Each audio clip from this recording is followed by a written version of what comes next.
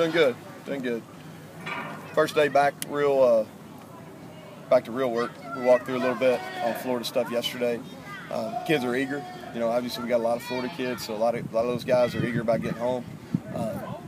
You know, I thought we did some really good things in that Ohio game. I was really pleased with how we started.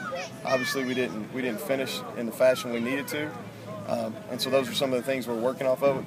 Ran the ball. I thought really effective early in the game.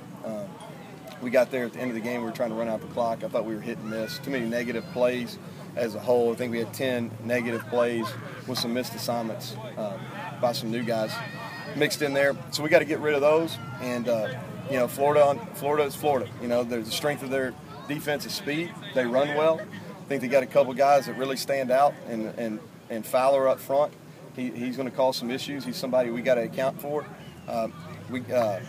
He caused some havoc with us last year, and then obviously I think Vernon Hargraves is as good a cover corner as there is in our conference or in the country, and they've got a bunch of other good players as well. And Antonio Morrison really sticks out on film. He really comes up in hits. So we've got our hands full, but our kids are excited. It'll be a really good. I think Coach Stoops said this yesterday. It'll be a really good measuring stick for where we are as a young football team right now. Questions? Mark said he's talked to him about being careful about how he does it, blocking, but having a guy like Dorian Baker, is that exciting for you to get a guy that's able and as willing as he is to, yeah, we're starting.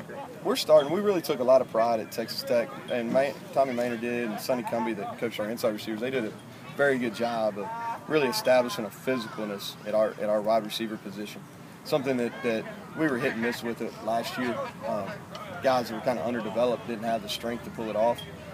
We're bigger, much bigger this year at wideout, and through 2 games we're starting to play with more of a physical presence, something that we can really set the edge, really get hands on DBs, cause some havoc, you know, being a factor on every play. So Dorian is one of those guys. He's got a strong build to him. He's well over 200 pounds.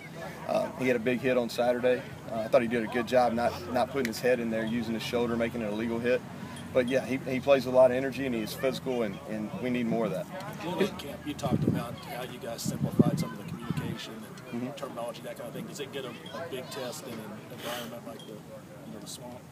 Yeah, well, I mean, I think so. We, you know, as far as we're mostly, you know, a signal unit, nonverbal. So the loud, the noise or the loud atmosphere really won't affect us very much, and. But, you know, I don't think, probably not so, Jeff, any more than we did at home, really. You know, I thought we played at a really good pace there in the first half, especially early, those first 2 drives. I thought we were really moving at a good clip. Obviously, our play total was higher. Again, when you get first downs, you can keep playing, you know, and I thought that was one of the reasons why our play total was so high. Neal, when you looked at the video on Patrick on some of those runs, what did you think? And is the next step for him to stick with it and go through his progressions a little more? Yeah, there was a few things. We had some called runs. We do some option plays where he's got the option to run or pass, and they covered the pass, so he ran. And what he's got to do on those, he's just got to be smart. If it's not a short yardage situation, he's got to get down.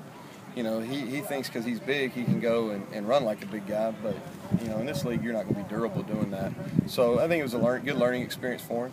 I think there was 2 times during the game on Saturday where he pulled down and ran, and they were poor decisions. The rest of them were pretty good decisions, you know, and he turned some big plays with them.